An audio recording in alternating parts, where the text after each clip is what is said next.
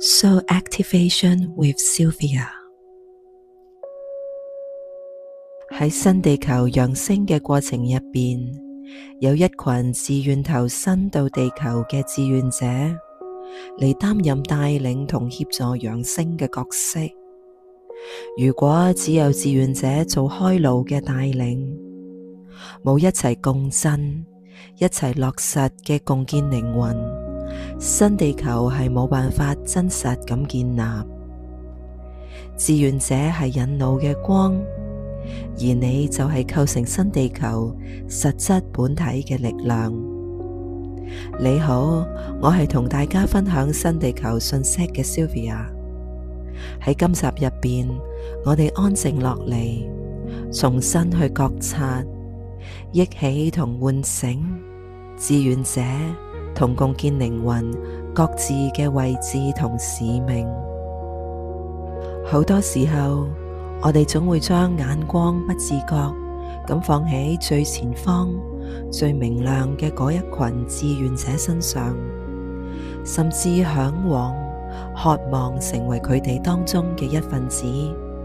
但其實志願者係需要面對唔少嘅犧牲，獨自承擔嘅孤獨，喺紛亂嘅人世入邊，執意守住頻率嘅平靜同穩定。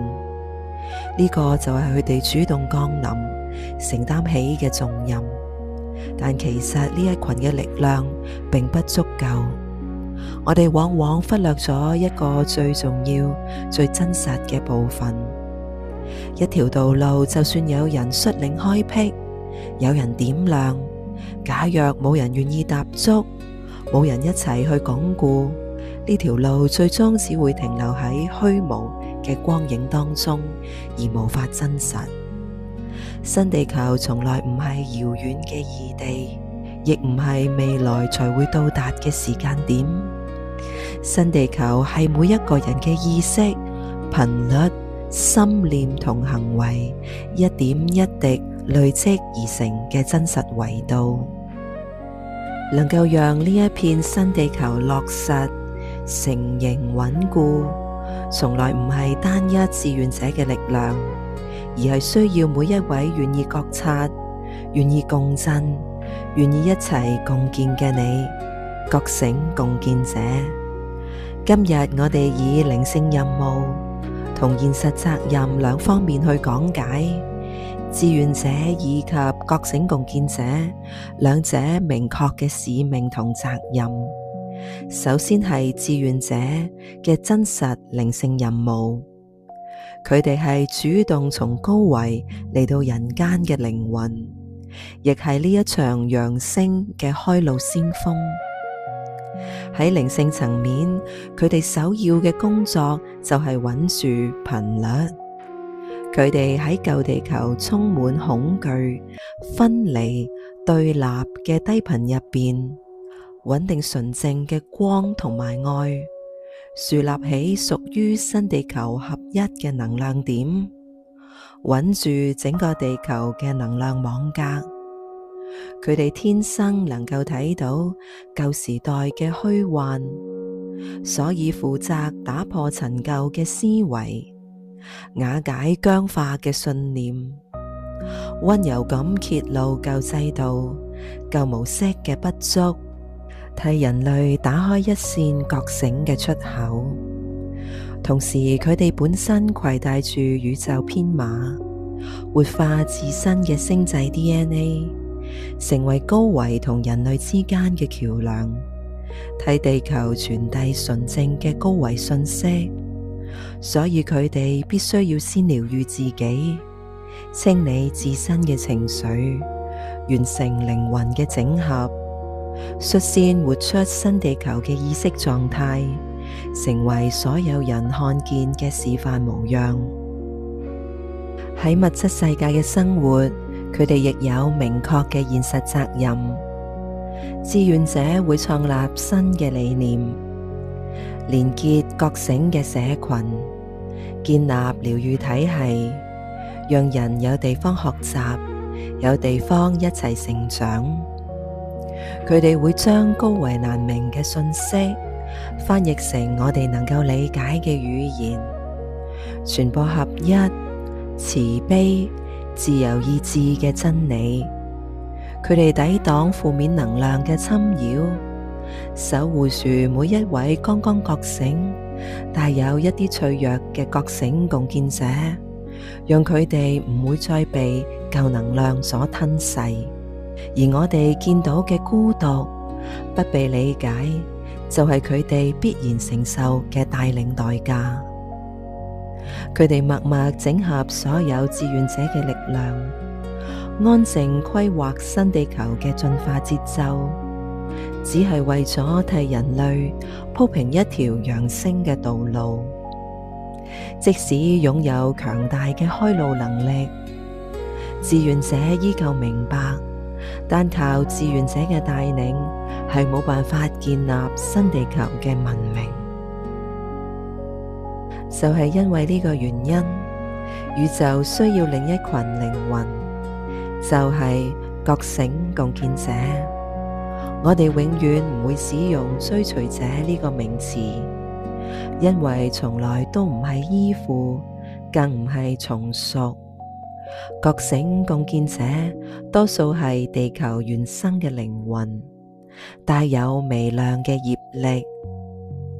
被志願者溫柔喚醒之後，就會開始明白自己嘅身份，願意平等參與，落地實踐，成為高頻。喺新地球嘅秩序入邊，覺醒共建者係一齊建立、實行同共振，更係集體力量嘅主體。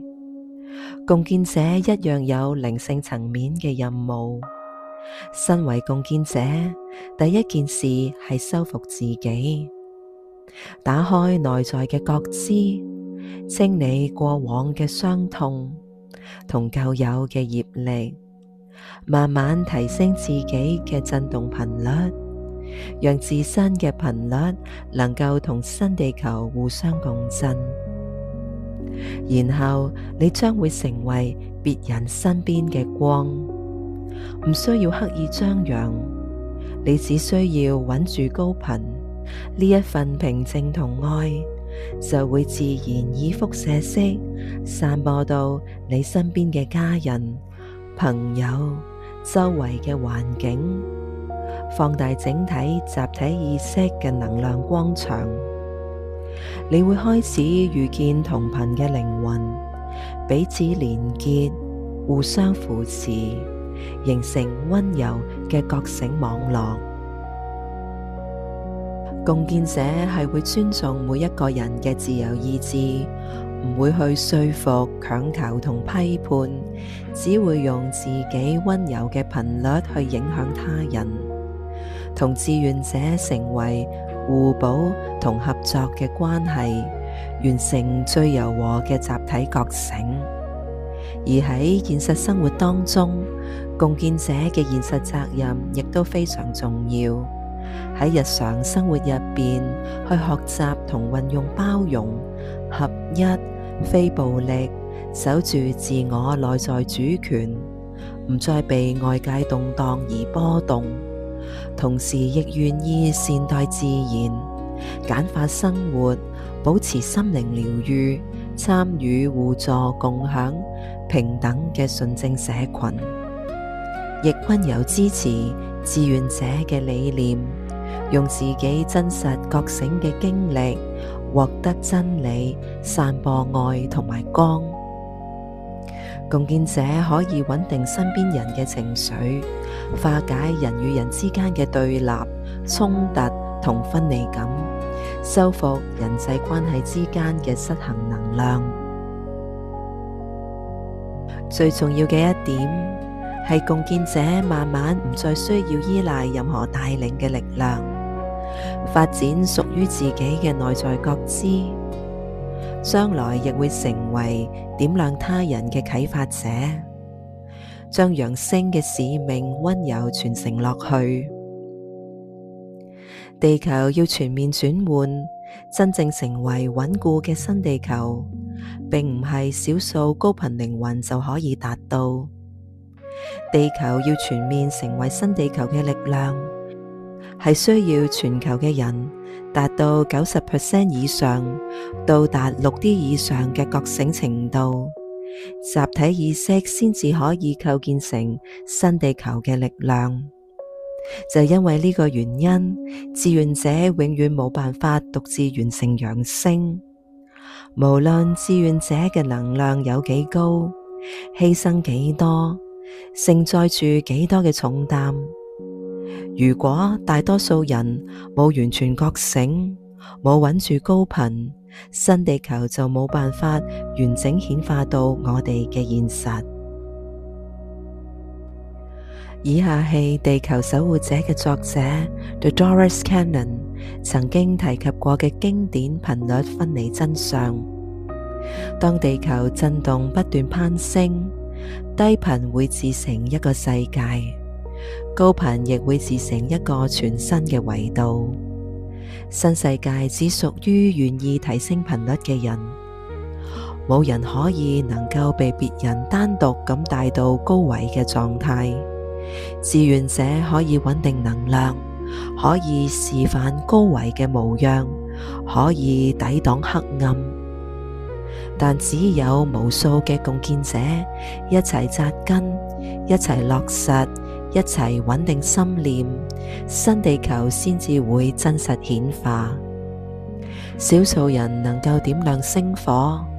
多數人先至會照亮大地。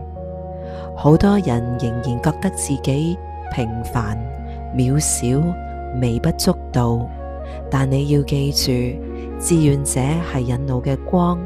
而你先至係構成新世界嘅實質本體。最後，我哋以最溫柔嘅真理作為今集分享嘅總結。每一個人都會給予平等嘅機會，冇任何嘅審判，冇任何偏頗。能否留得低喺高頻嘅新地球，從來唔係取決於他人嘅帶領，係取決於自己嘅頻率。願我哋永遠感恩、敬重每一位自願降臨嘅志願者，同時願我哋可以看見自己嘅獨特而珍貴嘅使命。你絕對並唔渺小，集體嘅溫柔先至係改變地球最強大嘅力量。呢一場係冇人能夠獨自完成嘅揚升，前方有人開路，後方有人共建。願我哋守住自己嘅頻率，一齊同行，共建新地球。感謝願意覺醒嘅你。喜歡有關新地球意識嘅內容，歡迎訂閱、點讚、轉發，讓更多高維覺醒嘅靈魂相遇。感恩遇上，我哋下期再見，將滿滿嘅愛同光送俾大家。